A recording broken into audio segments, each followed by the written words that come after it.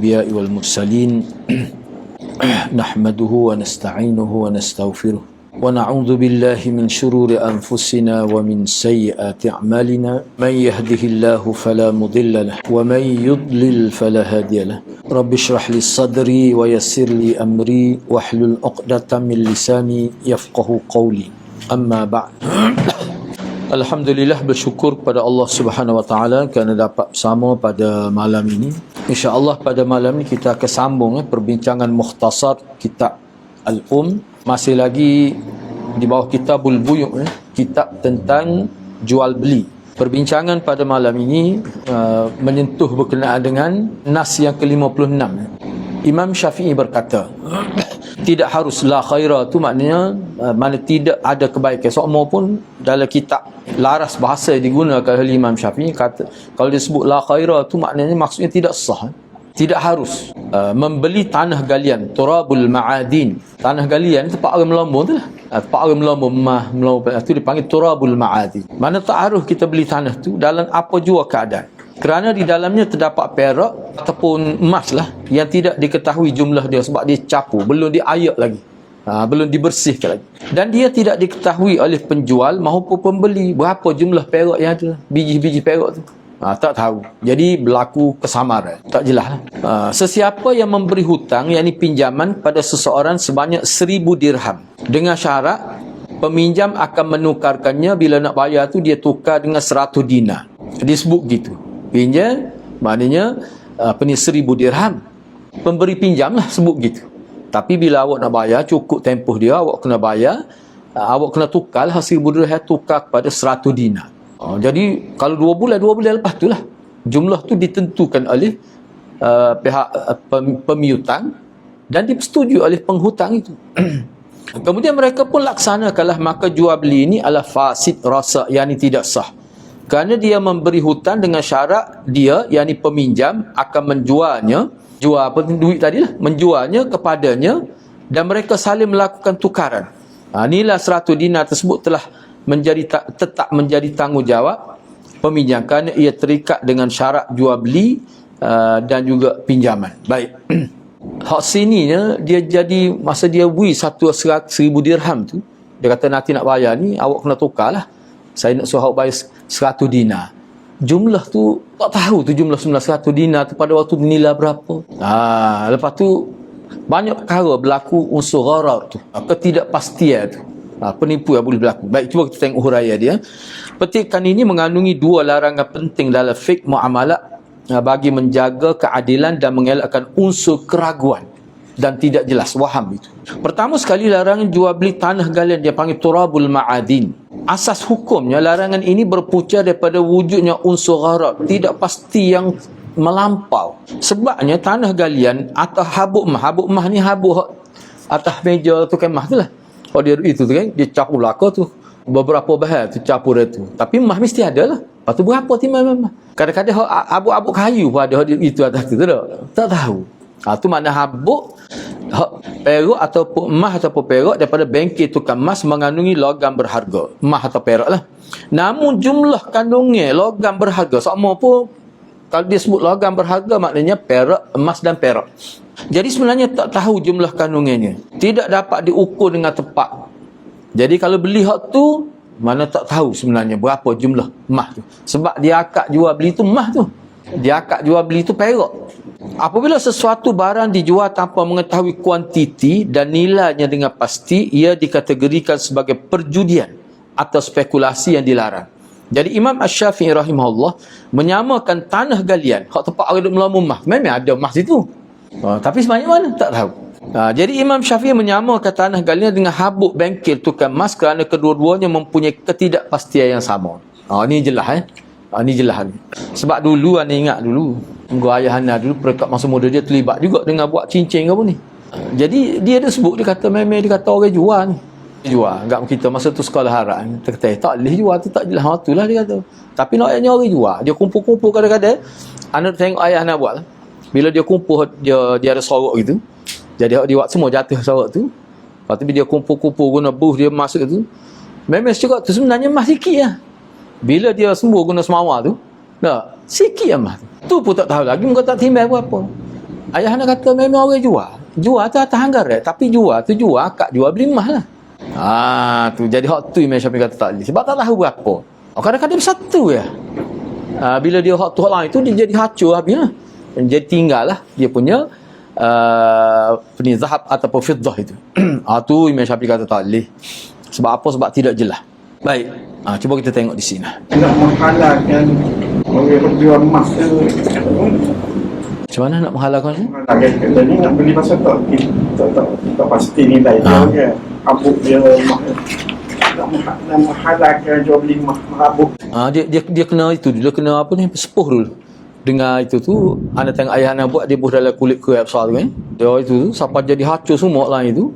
Lepas tu dia kata-kata tu, dia emas tu dia akan jadi stoker, so ya. Dia capur. Kena lebur jadi stoker. Jadi stoker. Baru pernah timbal pula. Baru boleh timbal. Kalau capur tak boleh timbal. Tu biasa anda tengok lah. Bersih. Dia akan bersih. Lepas tu dia, masa dia waktu dia ada capur jenis ada bahan warna putih itu. Dia capur bahagia dia, anda tak ingat lah.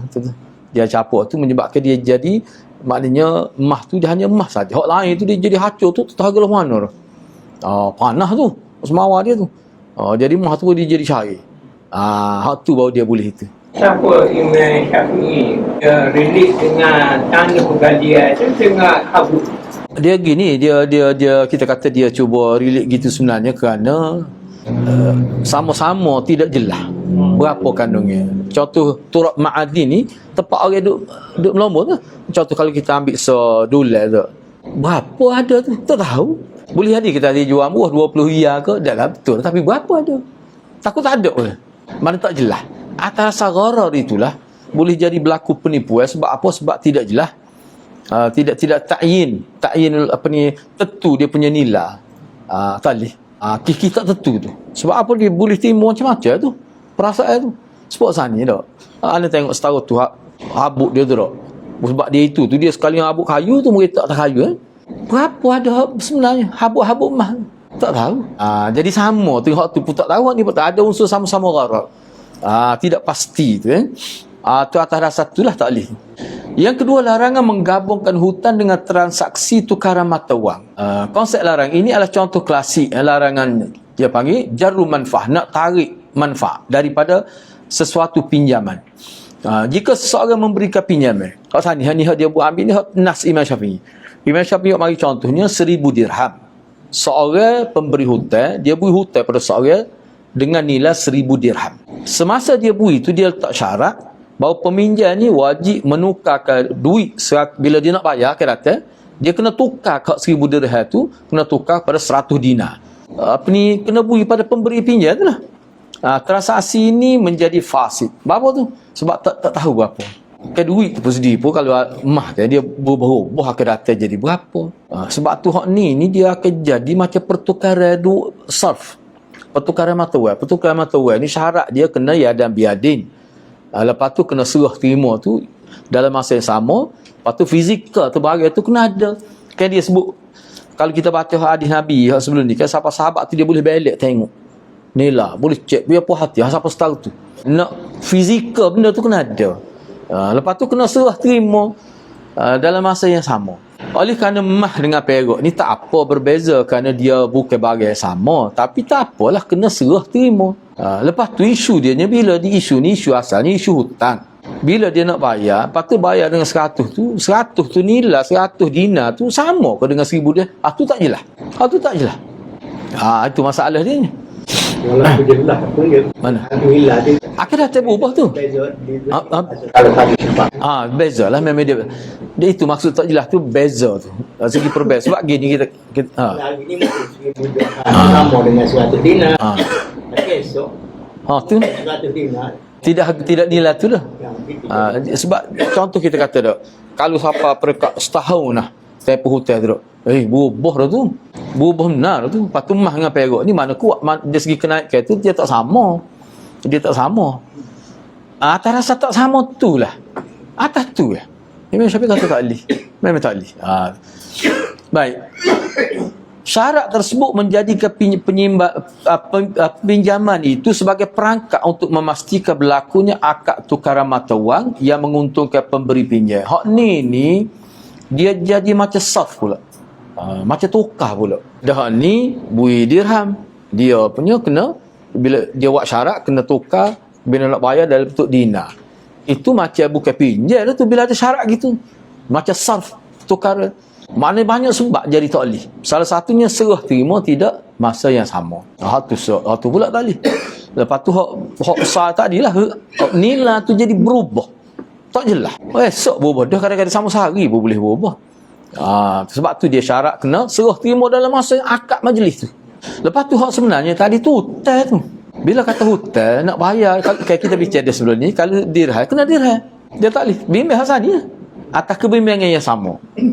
Sebab dia kata sini akan berlaku manipulasi. Mana ada pihak yang cuba nak mengambil untung. Dalam Islam, akad pinjaman mestilah bersifat ihsan tanpa sebarang syarat tambahan yang memberi faedah kepada pemberi pinjaman. Bila peminjam tu buat syarat gitu, dalam kira-kiranya dia akan untung lah tu. Baik, apabila syarat ini diletakkan, akad tukaran mata wang tersebut sudah jadi tidak sah. Dan pemberi pinjam tidak berhak menuntut keuntungan daripada pertukaran tersebut. Asal jadi pinjam berubah semacam nau'un minas sarf dikira. Semacam tukaran mata wang pula. Jadi gitu pula. Sebab tu kalau pinjam kita kata 1,000 dirham, dia bayar sebenarnya. Tak apa, sebab apa? Dia bayar tu dengan nilai tu. Kita kata ya betul, tapi dia bayar 10 tahun lagi berubah juga. Tak apa, tu sebab dia kata ihsan itu. Ada segi ihsan itu.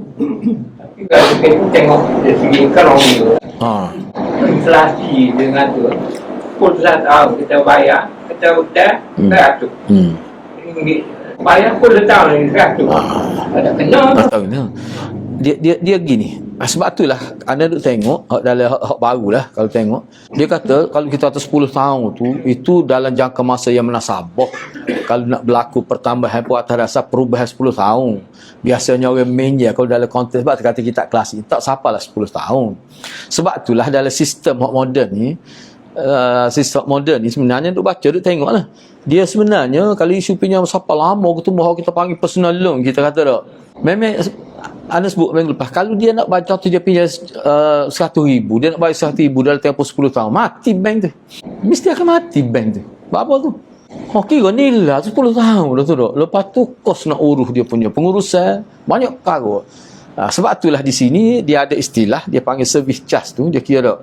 Maknanya servis pengurusan. Dia kata apa? Tapi kalau mengikut mazhab Syafi'i asal, tak kira berapa tahun pun. Asalkan kalau pinjam duit banyak tu, kena bayar. Hak boleh jadi nak bayar Singapura atas keredaan. Contoh ya tak. Peminjam kata, okey tak apalah, 10 tahun lagi bayar penghargaan ni. Tak apa, hak tu molek. Tak ada masalah. Lepas tu peminjam kalau dia kata biar saya nak bayar lebih juga. Tak ada disebut dalam syarat. Masa-masa sebut hutang tu tidak disebut. Dia nak beri atas pihak tu, atas sukarela dia. Imam Syafi'i kata tak apa. Tu dia panggil tatawuan, sukarela dia. Sama ada. Jadi maknanya penghutang tu, hak jembutan tu, dia bukan tidak diletak oleh pemberi hutang tu. Cuma atas inisiatif dia sendiri. Ataupun penghutang tu kata, pemiutang kata tak apalah bayar 90,000 sudahlah. Contoh 10,000 saya halal, saya kau ini. Pun tak apa juga. Hak disebut sana tu dia macam dia tak bincang dalam hak kitab klasik. 10 tahun tu parok tu. Berubah tu. Benda-benda gitulah. Sebab tu bagi anak ni kita bincang dari segi teori dalam kitab klasik, tapi dari sudut tatbikiyah. Sebab tu dia ada pula dia panggil tatbikiyah min haitsu tatbiq, dari sudut pelaksanaan. Tu lain pula. So hukum hudud lah. Ana pernah tanya Dr. Fadli, salah seorang yang derah hudud. Ana kata apa yang lama ketemu derah hudud, dia kata semua orang boleh tahu dalam kitab klasik begini-gini, tapi bila nak dilaksanakan dia banyak pula dawabit. Istilah dawabit mana hukum-hukum kecil yang nak memastikan hukum asas tu boleh dijalankan. Sebab bila masuk mahkamah ni dia ada lah tu. Contohnya timbul isu baru bak potong tangan sebagai contoh. Kena bius ke tidak? Siapa nak potong? Banyak perkara. Siapa nak potong dia kata tak apalah tu tak. Mungkin pihak kajian boleh tentukan lah. Orang yang terlatih tu. Maknanya pihak kajian lah. So doktor, tapi doktor akan hukum. Maknanya kalau doktor ke siapa tak apa ditentukan oleh kajian. Masalah sekarang bius tu. Dia sebut kan tu. Jadi masa tu anak tanya kata bukan di mana majma' ulama dunia tak buat keputusan lagi. Lepas tu anak tengok di Afrika ada pakai rak muno begitu. Tak boleh lagu tu. Dia pakai tarik begitu, putus ketar tangan kau itu. Dia buat gitu. Dia benda-benda gitu lagi. Tetapi orang tahu dah mana hudud ni, maknanya dia syarat dia yang kena adil. Lepas tu nak menyabitkan dia punya barang tu, semua tu sebut dah lepas kau barang ni barang diletak tempat yang terhormat. Tempat terhormat tu tafsir dia lagu ni. Oh, banyak kau pula. Dia sebut pada 13 tahap baru boleh siapa pun tetangga. Maknanya bila seorang tu curi, bila nak sabit di mahkamah syariah, dia kena melalui 13 urutan dia. 13 pasal lah kita kata. Jadi maknanya Dr. Holdi kata sebenarnya dari segi orang panggil ihtiyat, memang cermat jauh hukum syariat sebenarnya. Sebab juga ni. Oh, kalau pergi di bank kadang-kadang kita nak baca lepas kau tak tahu ke dia sebut urut. Istilah baru. Kadang-kadang dia capu pula. Oh, dua istilah dia capu. Jadi kerja mujtahid dia tengok bila buat gini ada ke ada unsur gharar. Dia tengok situ ya. Awak nak guna istilah macam mana, sistem dia macam mana, kena bentar semua, tengok ada ke ada unsur gharar. Kalau berlaku penipuan sini boleh dicah ke macam kira semua. Payah. Sebab tu dia hak tu suku pula lah di segi tatbiqiyah. Min haitsu tatbiqiyah, dari sudut pelaksanaan. Cuma hak ni asah. Gitu seterusnya N57 lah. Tak habis lagi tu. Apabila syarat ini diletakkan, kita ambil situ, akad tukar mata wang tersebut tidak sah dan pemberi pinjaman tidak berhak menuntut keuntungan daripada pertukaran hak isu 1000 dirham dengan 100 dinar tadi. Sebab dia tak dalam syarat tu. Dia hak ni sebenarnya dia panggil dalam akad tu ada syarat. Saya beri pinjaman kepada awak 1000 dirham. Okey, tu sah. Hak tu sebenarnya hutang tu. Tapi bila awak nak bayar saya 2 bulan akan datang, awak kena bayar dalam bentuk 100 dinar. Dalam bentuk 100 dinar kepada saya. Itu lagu mana tu harga tu? Oh, situ akan timbul. Boleh jadi peminjam ni cerdik. Dia tahu 100 dinar tu hutang dia banyak mana. Jadi tak jelas. Kesimpulannya, Imam Syafi'i menekankan bahawa Islam sangat teliti dalam memisahkan antara akad pinjaman dan akad jual beli. Sebarang usaha untuk mengikat dua akad ini bagi mendapat keuntungan tambahan, riba atau faedah, akan membatalkan ketelusan transaksi tersebut. Ada berlaku manipulasi. Tadi mungkin kita tak nampak lah kalau orang dia kira tu dia nampak tu. Jadi dia gini, hak zahirnya bila gitu dia jadi tak jelas. Apakah 100 dinar tu lebih banyak daripada 100,000 dirham ataupun kurang daripada 1,000 dirham? Tak jelas. Tapi kalau bayar 1,000 dirham, sesama masalah. Hak tu Imam Syafi'i kata nah, hak tu jelas. Muka pinjam ni. Dia pinjam. Okay. Tapi nak kira mesti ke pinjam mana kita nak bayar kita hutang dirham dah. Kita nak bayar dengan dinar katanya. Masa dinar tu kan dia menentukan pada ya. Okey. Anda faham maksud gini, Haji sebut kan? Baik, sebab itulah dalam pelaksanaan, contoh kita kata, apakah mutlak bila dirham tak boleh bayar dinar? Tidak mutlak. Hak Imam Syafi'i kata tak boleh. Setengah ulama lain dia kata kalau dikira, contoh pihak bank. Contoh ni, anda pun tak tahu sebab anda tak kira. Contohnya kata bila 1,000 dirham bila nak bayar tu, rupanya 1,000 dirham tu sama dengan 10. Katakanlah. Sebagai setengah masalah kata boleh. Tapi syarat kedua pihak tu diberitahu, dimaklumkan dengan jelas. Sebab tu dia istilah timbal balik tu, istilah maknanya masih pihak tahu.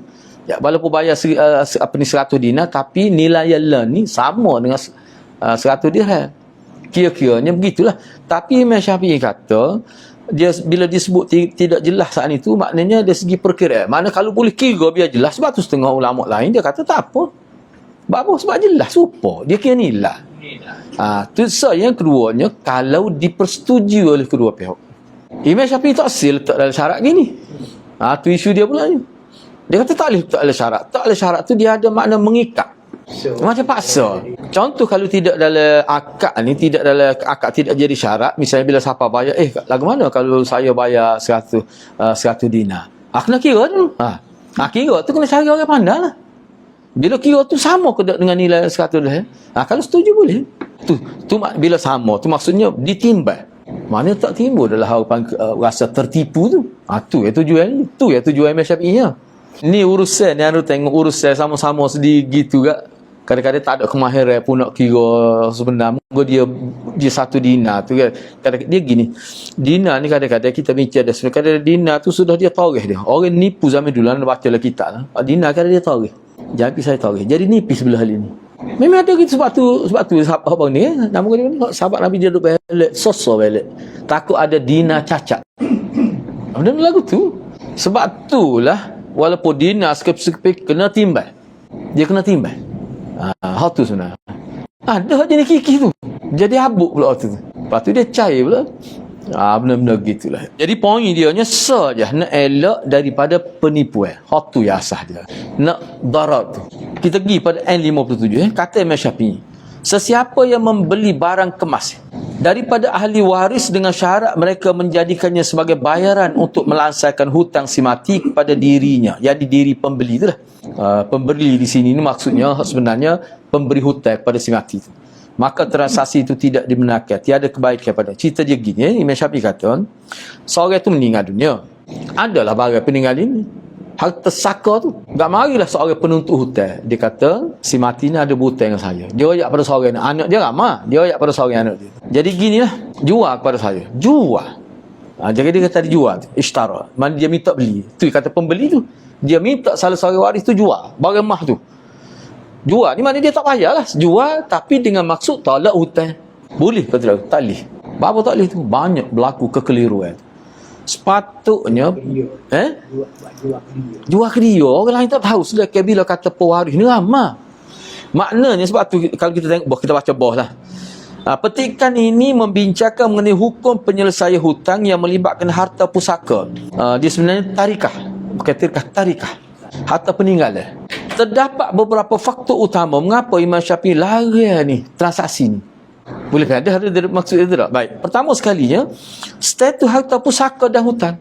Jadi bila kata harta pusaka, bila harta pusaka ni nak dia bila nak memang dia tak boleh bagi selagi tak sesah hutang si mati tu. Tapi benda tu dia kena maklum jumlah keseluruhan tu ketelusan tu. Dia kena maklum kepada seluruh keluarga. Sini anda bacalah sebab sini dia buat jelas dah. Dalam perundangan Islam, harta si mati tidak boleh diagihkan kepada ahli waris selagi hutang si mati belum diselesaikan. Apabila seseorang mempunyai hutang terhadap si mati atau si mati mempunyai hutang terhadap seseorang, tetap tak boleh urus harta pusaka tu, kau jadi sesat dulu tu. Perkara tersebut perlu diuruskan secara tertib mengikut hukum faraid dan pengurusan hutang. Maknanya sebelum kita nak hukum secara faraid dari segi pembahagian, dia kena tahu dulu nilai keseluruhan berapa, lepas tu hutang si mati ni berapa, semua kena tahu. Tu kita kata contoh. Jadi dia tak boleh mana urusan jual beli tak boleh berlaku pada harta pusaka. Nak tolak kakak mah tu boleh, tapi kena nilai dia betul. Nak ketelusan, takut nilai tu tak betul, pakai bui gitu, hutangnya 1,000, tiba-tiba pakai bui kakak mah tu kau 3,000. Takut je lagu tu lah. Tama-tama tak ayak kau ni pula. Kau ni jenis retim nak kakak. Bui semua kau tadi tu. Secawa tu. Habis maknanya kalau timbal, kalau tentu harga tak apa. Dah semua dimaklum. Tu tak apa. Tu maksud Imam Syafi'inya. Tapi tak boleh hakak jual. Tak boleh hakak jual beli. Sebab apa tu? Sebab tu hutang. Niat bayar hutang. Jadi keluarga semati kena tahu. Tujuan tak boleh berlaku perbalahan. Tu ya tujuan dia. Selain daripada tak sui berlaku, orang panggil tak jelas tu jumlah tu. Dah hutang 1,000. Tiba-tiba tolak kakamah. Berapa harga kakamah? Sebab itulah Ana duk tengok juga dalam beberapa kitab. Sebab dengan Ana tu ada juga kitab. Dia kitab orang Melayu ni. Setakat ni hak paling itu itulah dulu tok guru kita Maulana pasal tu. Hukum faraid. Dia kecil buku tu ya. Tebal juga. Hak tu paling lengkap waktu tu. Lah ni Ana tak tahu, takut ada buku lain. Tu dulu Jafar Rawah ada jual buku tu. Tentang hukum pesaka gitulah. Maulana kata hak ni paling lengkap masa tu. Baca tu dia kata kena hukum faraid. Dia bincang situ komplit dah. Boleh tengok situ baik. Cuba kita tengok lagi di sini. Jadi isu pemilikan dan muqasah. Muqasah ni tolak ansur hutang. Maknanya tolak hutang secara langsung tanpa pembayaran tapi guna hak lain. Contoh sini tengok. Ketidakjelasan pemilikan. Barang kemah tersebut, ni dalam muksis kaedah muqasah kita tengok sini jelas dia buat. Barang kemah tersebut merupakan sebahagian daripada harta peninggalan si mati, dia panggil tarikah. Ahli waris tidak memiliki hak mutlak untuk menjual harta tersebut. Tak boleh jual. Bagi melansaikan hutang peribadi si mati secara tidak rasmi tanpa melalui proses pentadbiran harta pusaka yang betul.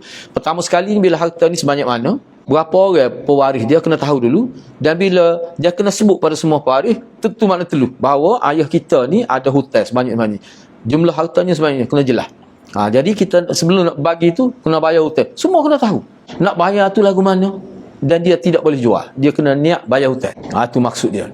Larangan menukarkan barang sebagai bayaran hutang secara sepihak. Transaksi ini dikuati membawa kepada ketidakadilan. Jadi penuntut hutang tu minta kakak mahal dia punya mak awak tu, wis saya lah, sebab dia ada hutang dengan saya. Kawan dia kata pubui. Begitu tak boleh. Tak boleh, betul lagu tu.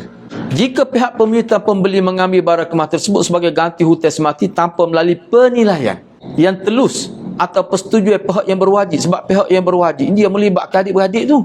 Hak orang panggil apa? Hak menerima pusaka tu, waris dia lah. Dalam pengurusan harta pusaka ia boleh merugikan ahli waris yang lain juga yang juga punya hak ke atas tersebut. Naknya biar terus. Sebab tu anak kata kalau sistem dia, sebab tu kalau pergi ke amanah raya tu, kalau kita royak memang jelas pengalaman, tidak pengalaman anak, pengalaman orang-orang hak kita sugi tu dia royak kata memang jelas. Jadi kita kena sebut dia. Bila sebut tu kadang dia cek pula, sebab ada kadang nipu. Dia kata adik 7 orang padahal 8. Sebab seorang tu mak lain. Dia boleh cek. Dia boleh cek.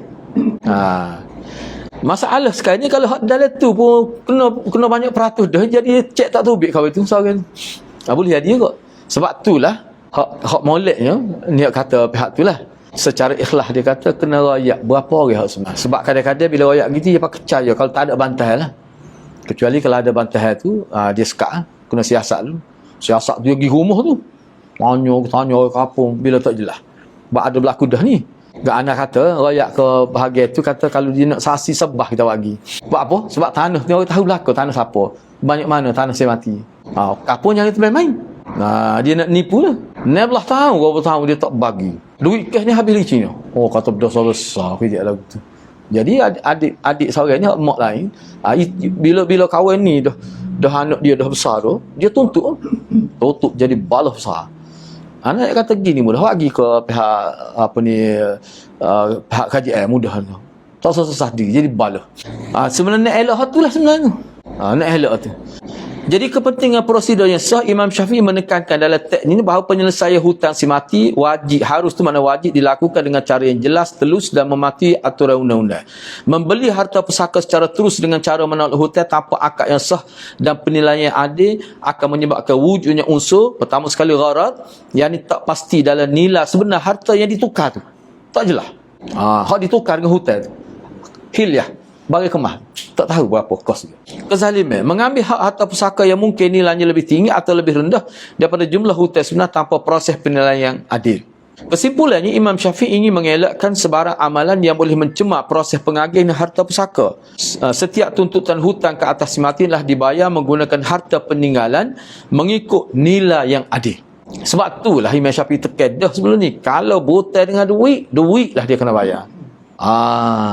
Kalau dia buta kakak mah, masalahnya gini, kalau learn ni, contoh kita learn ni, kalau kita main dengan pihak tu, kakak mah tu dengan ada gambar, dengan ada timbang berapa, jelas dulu tidak gitu.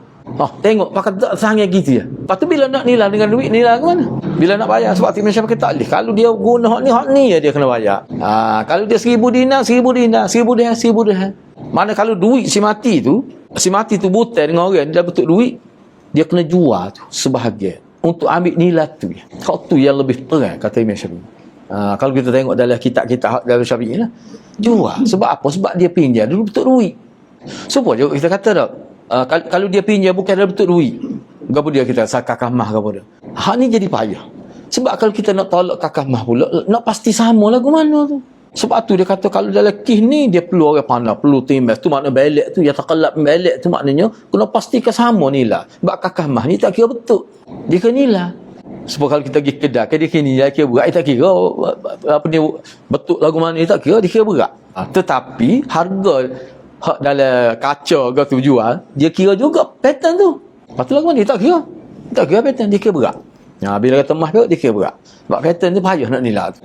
Gitulah maksud dia. Baik, seterusnya ayat yang ke-15. Imam Syafi'i kata, sesiapa yang meminta seseorang untuk membeli perak bagi tujuan berkongsi, bersama-sama dan memintanya membayar bagi pihaknya bagi bahagia dia.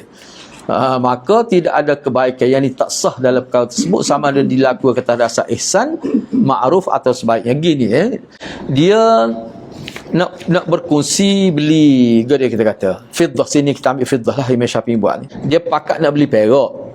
Katalah perak dia nak beli ni sebagai tak tahulah untuk apa dia nak beli, katakanlah nilai dia seketul tu kata 50,000. Mana 25,000 seorang nak kongsi ni. Kawan ni kata gini, 25,000 kawan demo tu lo bayar dulu bagi pihak kawan. Sedangkan masa akad tu akad perkongsian syarikat atas satu fiddah. Lagu mana tu? Jadi demo bayar dulu. Jadi maknanya seorang bayar 50,000. Jadi 25,000 tu maknanya dia bayar tu dalam bentuk hutang, tapi hak ni bersyarikat. Imam Syafi'i kata tak leh. Walaupun dia atas dasar saksi ke dia buat gitu nak nego kan. Dia pun beli lah tu. Kongsi. Tak boleh Imam Syafi'i kata. Baik, cuba kita tengok sini. Petikan ini membincangkan mengenai batasan dalam akad perwakilan. Wakalah pula ni. Bagi barangan ribawi. Sebab Imam Syafi'i mari contoh riba. Apa ni? Fiddah. Yakni perak itu.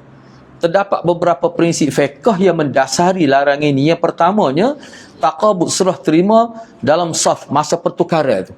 Kan dia kalau perak ni kan, perak dengan perak ni kan, dia perak emas ke apa hak jenis ni logam berharga dia kan ni.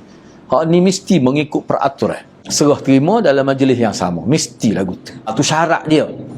Dalam perundang Islam, perak dan emas dikategorikan sebagai al-amwalur ribawiyah, yakni item ribawi. Syarat mutlak bagi pertukaran dua item ni ialah yadan biadin, serah terima serta merta dalam satu majlis. Sedangkan bila nak beli tu atas wakil, maknanya 50-50 seorang, sepatutnya 50% hak dia ni, maknanya dia lah yang beli guna duit dia lah. Hak ni baru jadi wakil. Kalau tidak tak jadi wakil lagu tu, jadi kawan tu seorang waktu ambil modal. Hak tu tak boleh. Tak boleh lagu tu. Larangan menjadikan pembayaran sebagai hutang. Jadi kalau lagu tu maknanya bayar tu seorang cash, seorang hutang. Tak boleh lagu tu. Apa tu? Terbuka ruang penipuan tu bersama. Ingat ada cerita ni dalam akhirat tapi tidak sini lah. Ingat Akif beli tanah kan. Sebab tu dalam Islam tak sel lagu tu. Beli tanah kursi, tak apalah buat nama demo dulu. Tak boleh gitu sebenarnya. Lepas tu bayar sama-sama bayar. Tapi buat atas nama seorang. Bapa tak boleh. Ruang untuk berlaku penipuan besar. Banyak dah berlaku ki. Tak mati tak tahu bila. Mati kawan ni. Mati lah accident dua-dua orang. Seorang tu tak naik kereta. Memang berlaku dah ni. Disebut padanan ni.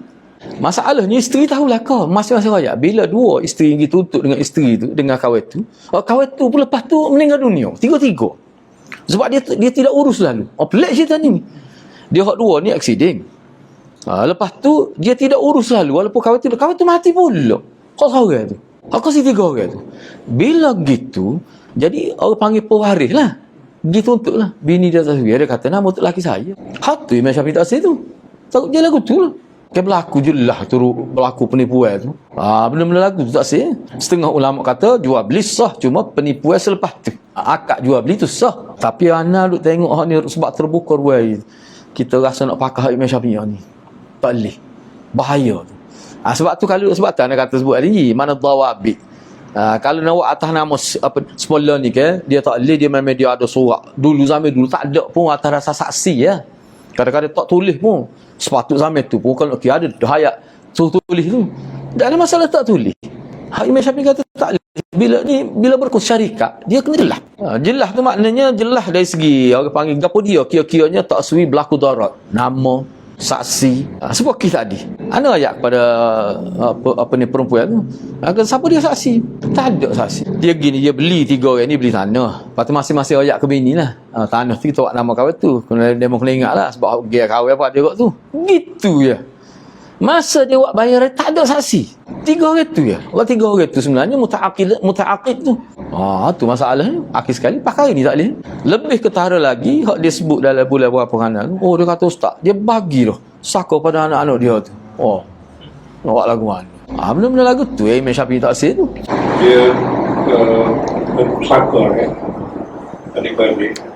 Banyak lagu. Nama ambil seluang itu. Selalu kata. Dia akan bagilah. Dia jujur. Jadi kalau misalnya kita percaya dengan dia, ada kata tak salah. Ini hak berlaku dalam yang memudahkan proses.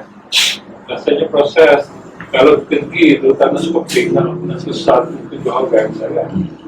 Mencari lah. Jadi buat ada orang hadir. Jadi dia suruh sorry. Buat nama sorry. Jadi dia dalam bulan ni. Adakah boleh dipercayai tapi masih tak jelas ataupun tak boleh? Dia gini, kalau dari sudut fiqh, sebab tak nak sebut lah ni, Imam Syafi'i tak suka gitu sebab apa? Ruwayat berlaku penipuan. Yang keduanya, kalau ada ulama terima dengan ada saksi yang dipercayai. Sebab tu kalau dalam mahkamah lah ni setahuan lah. Mana kalau berlaku kisah lagu ni, kalau boleh bawa saksi. Boleh bawa saksi. Ramah. Sehingga kalau tak ada bertulis pun, mahkamah akan ambil perkira, ambil pertimbangan. Tapi anda pernah tanya lah, dia kata tapi nak benar sakit tak dia tu. Sebab dia tak ada orang panggil hitam putih. Itulah dokumen. Dia kena ada dokumen agreement. Cumanya pernah satu kes berlaku. Ni anak nak sebut dia berlaku. Kes ni lagi sebut tak tahu ni. Kau tu anak kata sebab anak dia kata sorry dia kata sebenarnya saat dia kata tanah ni sebenarnya nak kira milik bersama ni orang kampung tahu belaka. Anak kata tahu belaka tu tahu lagu mana? Tahu lagu mana? Demo royak hanya tahu mahkamah tak pakar tu. Saja ke. Tak boleh sebab tu lagu tu somko surat kata ayat mudayanah tu. Somko surat ayat mudayanah dia bukan untuk hotel saja, itu isyarat pada dokumen. Hitam putih. Contohnya ada orang nak butel, anda jadi saksi. Kena tulis saya. Seorang ustaz, tapi dia tak siwak stamping lah, dia pakai gitu ya. Tapi jumpa kawan punya PT 25,000. Anda je saya. Kita itulah kita pusing ke apa. Ada belaka. Setara tu tak apa dah. Tapi mana kita saing lah. Walaupun masuk mahkamah tak apa sedap lagi tu. Sebab apa? Sebab dia tak ada stamping tu. Tu. Tapi kok mana ada hak tu pun boleh kira dah. Sebab tu ramah saksi hari tu berapa 5 orang. Dia kata tak apa boleh. Ada sekeping mana tu. Mati dah kawan tu. Surat sekeping seorang dia je. Tapi setiap kata kita saing lah. Saing semua tu. Baik tak apalah. Jadi dia sebenarnya gini. Anda sebut soal lagi. Dalam bab pemilikan. Dalam bab pemilikan ni masalah isu surat menyurat tu satu hal. Tu dari segi hukum untuk tuntut teh. Selagi kalau betul-betul orang contoh tadi kita tadi. Memang nama tu lelaki dia. Masuk mahkamah tetap tentu benar dia. Apa tu sebab jelas nama dia. Tak ada pun nama penuntut. Masalahnya isteri dia tu tahu. Tu bukan tanah tu lelaki dia seorang. Dia tahu. Mungkin anak tak tahu. Kok dasar siapa? Isteri tu lah. Memang atas dunia dia boleh tanah tu. Hak tu suku kita bincang. Ni bukan bincang hak tu. Kita bincang dari segi hak pemilik ke. Dari segi hukum dunia memang isteri dia boleh. Tapi parak dia kena sesat tu. Di hari akhirat. Sebab dia tahu. Jadi kalau kata agihan pada surat kebutuhan ada sulung. Boleh. Tempat kita terima tu. Sebab dia kira gini. Boleh tu maksud anak gini. Sebab anak faham maksudnya dari segi hukum boleh mengubah nama dia. Tak ada masalah pun. Isu dia apa Imam Syafi'i tak suka gitu. Takut berlaku penipuan. Akan datang. Baik. Cuba bayangkanlah. Bui nama esok mati habis dia. Lagu mana? Memang dia ada kan dia nebulai tak? Nebulai ke boleh buat tuntut tag kan? Tak payah tu. Tapi boleh. Kalau pergi ramah, dia boleh. Memang boleh pun. Memang boleh. Tu maksud boleh. Dari segi orang panggil untuk letak nama tu. Cuma dari segi pemilikan tu lain. Suku pula tu. Pemilikan dari sudut fiqh. Tak sebenar. Lepas tu dari segi fiqh berbicara di mahkamah. Tu lain pula. Tu akhir kata, saya tahu milik tapi saya nak putus hukum tak boleh. Moga secara dokumennya nama dia seorang. Dari segi hitam putih kena buka dia lah. Sebab tu Hakim kata gini lah, klik bagi rumah pula lah. Klik baca molek anak buah anak. Tak Quran kat depan. Sebab di mahkamah dia tak boleh. Dan nama kamu tu tunggil-tunggil. Tu kan? Tu masalah. Sebab tu Imam Syafi'i dia punya takut benda-benda gitulah. Sebab tu kalau kita letak nama seorang cukup berisiko sebenarnya. Ini banyak sangat berlaku. Anda pun tahu keluarga anda pada berlaku. Sebab tu anda bila berlaku itu kita pergi lalu, kita rakyat lalu. Telefon. Jangan letak nama seorang. Kan dia boleh letak nama ramah-ramah tu kan. Jadi mata syarikat lah, tanah syarikat ni panggil istilah. Ada ramah, jujur. Cuma dia kalau misalnya kalau apa orang satu pelapis orang. Sepatutnya gitulah. Menyebabkan tanah tu terjaga. Nak jual apa tak boleh? Kalau tanah tu cukup saiz. Iyalah. Dia tengok pula lah. Tanah dulu. Memang nama sore. Iyalah. Tak cukup saiz. lah. Boleh hati. Sebab hak berlaku pada keluarga anak tu, dia 700 pol lebih lah. Masuk berapa 7? Boleh? Kalau lebih pada 5 ribu. Betul lah. Dia 700 boleh. Boleh. tu jujuk nama gerai ayah anak tu. Tu tak apalah. Ni kalau buat nama saja apa payah kan? Atas rasa tak apalah hak kita berlaku ni muka 7 orang nama seorang. Berlaku kematian sudah jadi masalah. Dan ada lah ni berlaku gitu. Hak lah ni berlaku ada satu kes berlaku ni. Hak ni anak apa sebut dah beberapa kali secara umum kita sebut. Mana beli kutik rumah beli tanah, lepas tu buat nama dia seorang. Jadi isu besar tu. Anak saya dah kata kena tukar juga sebab bukan tanah kita ni. Sebab niat tanah wakaf dah ni ambil duit orang isytihar ke. Tiba-tiba tok kabuh nama dia seorang. Ada tu patut stek gerai dengan anak tu. Benar-benar gitu kita bimbang tu. Tu. Ya. Syafi'i dia ada kritik lah. Imam Abu Hanifah boleh bayar zakat dengan duit kan. Mazhab ni boleh bayar zakat dengan duit. Zakat Imam Syafi'i dia suruh bayar. Jadi ada kritikan tu kata kalau kita bayar zaman Nabi ada duit, Nabi tak suruh bayar duit. Kalau pertama tak lah zakat dia ada kritik. Dia gini memang kalau dalam kitab fiqh tu ada kritik lah. Ni nak pertahankan pendapat dia. Sebab dalam mazhab Syafi'i maknanya contoh kita padi kena tolak padi lah. Ekspor kita dah amal sebelum ni lah. Jadi bayar dia betul nilai duit tu sebenarnya bukan pakar asal mazhab Syafi'i. Tetapi sebenarnya anda tengok, anda pun tak ingat lama dah anda baca ni tak. Sebenarnya dalam mazhab Syafi'i dia ada juga dia kata tarjih tu atas dasar tu lebih mudah. Apa zaman ni dah. Lepas tu nak tolak berah. Kalau dulu kan dia ada mesti email kan dia ada apa ni? Bayar terah bayar gapo ataupun zakat petani kan kena bayar hasil tu. Hasil pertanian tu. Tapi lain tak akad dah tu sebab apa dia kena nilai. Jadi yang tentu nilai tu pihak kerajaan lah. Hal tu mudah lah. Kalau dekat asal mazhab Syafi'i memang tak boleh lah. Sebab tu jadi isu dalam anda pernah baca beberapa buku lah. Dia kata nak ayatnya dalam konteks Malaysia lah ni yang secara rasmi isytihar sebab mazhab Syafi'i. Banyak dah dia tak ikut mazhab Syafi'i. Contoh masalah zakat. Dalam bentuk nilai. Walaupun kalau kita tengok Dr. Basit tu dia kata dia lebih suka bayar asal tu. Tak apa, tak ada masalah. Tu khilaf lah, masuk khilaf. Sebab ada dasar roh Nabi suruh bayar mereka ada duit betul kan? Nabi tak suruh bayar duit, suruh bayar. Itulah dari segi fiqh tu dia kira gini. Dia kiranya nak mudah tapi matlamat tu tercapai. Support ya. Sebab apa kalau kita bayar berah pun kita kata dak orang miskin ni bukan berah belaka, kalau dia nak baju, dia nak kena tukar juga daripada duit. Kena duit sama je. Dia kira dari sudut tu lah. Bagi anak tu tak ada masalah. Bahkan nak kira lebih mudah duit. Support ya. Sebab dia timbang tu. Lepas tu waktu dah betul duit. Timbang dulu berapa. Dia boleh kira lalu dah. Sebab tu anak dulu bila dia letak dekat dia pergi masuk email. Selepas tak guna dah itu tu. Berapa ni? Dia kira dia ada cara kira dia. Waktu big bank ni. Dia tahu dah nilai dia tu kali kajian berapa. Dia panggil apa? So, dia ada istilah-istilah dia lah. Timbangnya dia. Seguning lah. Dia ada tu kira-kira tu timbangnya dia. Betul analis buat padi kot. Dia kata ni tak timbang lagi ni nak bayar. Dia timbang tu maknanya dia bayar duit. Jadi maknanya hak berah tu dia ambil ke dia. Cuma nilai tu berapa dia beri duit. Dia buat gitu. Dia ada istilah dia anak pun tak biasa sangat tu. Jadi hak tu perbezaan sebenarnya banyak perbezaan Kalau dalam bab zakat ni pun banyak perbezaan. Nampaknya macam teruk lalu tak apalah ada 100 orang ya okey. Dia bayar teruk 100 orang. Ni ada 3,000 kita mana? Berah. Enggak berah pula, ialah berah kita makan. Lepas tu dia ni kira ni lah duit. Dia latar tu jadi teluk. Duduk gosok. Mana benar tu boleh tak ada masalah, cuma kita pun secara realiti pun tak pakar tu sebab memudahkan. Sebab kan ni bilangnya pembayar tu tak. Berapa dia ambil kira semua kan. Untuk email guna berah tahu. Kalau guna berah lain lagi banyak. Siapa nak guna berah tahu? Dia kira gini, dia hak fitrah lah. Hak fitrah ni hak kita makan, hak menjadi kebiasaan. Email dia jual hak berah. Orang ni bayar zakat.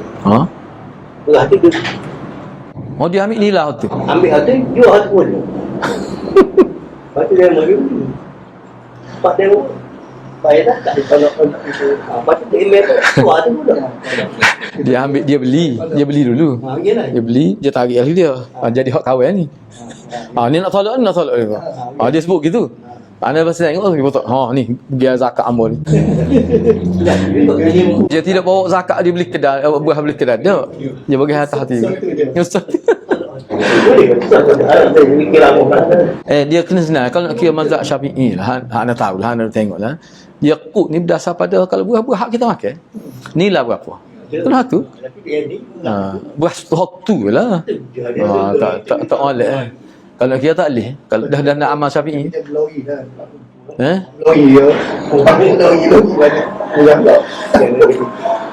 Tapi memang gitulah dulu. Tapi hak tu lah dia memang timbul isu tu dulu pun masa anda ngaji pun tu guru Maulana sebut dah kata kira lah ke mana tak, dia kata kalau mazhab Syafi'i betul kena buat hak kita makan, kena bagi hak. Sebenarnya kalau kita nak beli pun tak apa, beli hak tu. Inilah dia contoh kita makan buah harga 10 riyal lah. Kita tak boleh bayar harga buah nari ya. Beli kata email. Ya? Dia beli kata email. Tu jadi tarik tolak tu hamba beli dulu. Jadi maknanya tak email pula jual tu. Email jual bukan tu. Dia sebenarnya tak boleh. Kau nak kira tidak jelas. Bakar receipt. Tu mudahnya. Sebab tu lah ni dia masa anak dia gini Majlis Agama Islam, mana dia akan hantar maklumat perkeliling pada email ke berah ni harga berapa. Memang jelas dia ayat. Dia ada beberapa kategori tu. Tengoklah mana. Berapa sebab macam tu bisa kita beli kalau berah. Kalau kita nak makan berah serindik harga berapa. Kena kira lah. Dia ni ada pasti dah tunjuk. Dia ada buat lah. Ada So ya? Nak tahu. Sebab masa ni email tu siap 3 ke 4 gitu. Mula 3. 7 14. Dua Oh dua ni. Kau mudah dia kira muka dia mau capu-capu makan kat dia kira begitu. Dia sebab itulah bagi ana lah kalau dalam bab muamalat ni kalau kita nak mahal betul lah. Sebab ni asas prinsip ni. Mana kalau kita nak peluh lagi, mana kena cari orang yang betul-betul dalam bidang ni. Bagus juga sebenarnya. Mana kita boleh tahu hak semasa, tapi ana rasa kena bersedia lah. Sebab ana pernah masuk dah program mic ni. Kita pun ngaji dah tu, tapi bila masuk orang baru ni dia ada istilah lain pula. Dia gini panggil dhabit mana satu undang-undang dalam hukum ni bila nak dilaksanakan dia kena ada undang-undang kecil dia panggil dhabit dia tu. Hak tu kita kadang-kadang dalam kitab tak ada sebab yang sebut min haitsu tatbiqiyah. Dari sudut pelaksanaan dia ada pula peraturan-peraturan kecil. Hak tu sebenarnya nak sesuaikan dengan zaman kita ni. Gitulah. Cuma kita belajar ni hak prinsip lah, hak asal. Jadi anak setakat itulah dulu. Jadi minggu depannya kita akan sambung N59 dah. N59 lah. Kita buat huraian sikit. Oh 58. Baru baca saja orang ni. Tak apa minggu depan. Minggu depan. Dia gini anak sebutnya kalau nak tengoklah selain daripada hal ni. Sebenarnya kalau kita tarik contoh dalam AI ke, minta rujukan. Misalnya ke dalam isu ni, minta pandangan tokoh-tokoh mazhab, sekali rujuk dia akan beri. Cuma anak orang banyak lah. Boleh ada. Lepas tu kalau cari dalam Google search pun ada. Mana isu wakalah, mengikut 4 mazhab. Ada artikel kau. Banyak lah cerita. Tapi kalau nak tahu lebih itulah, dia ada. Indonesia memang banyak.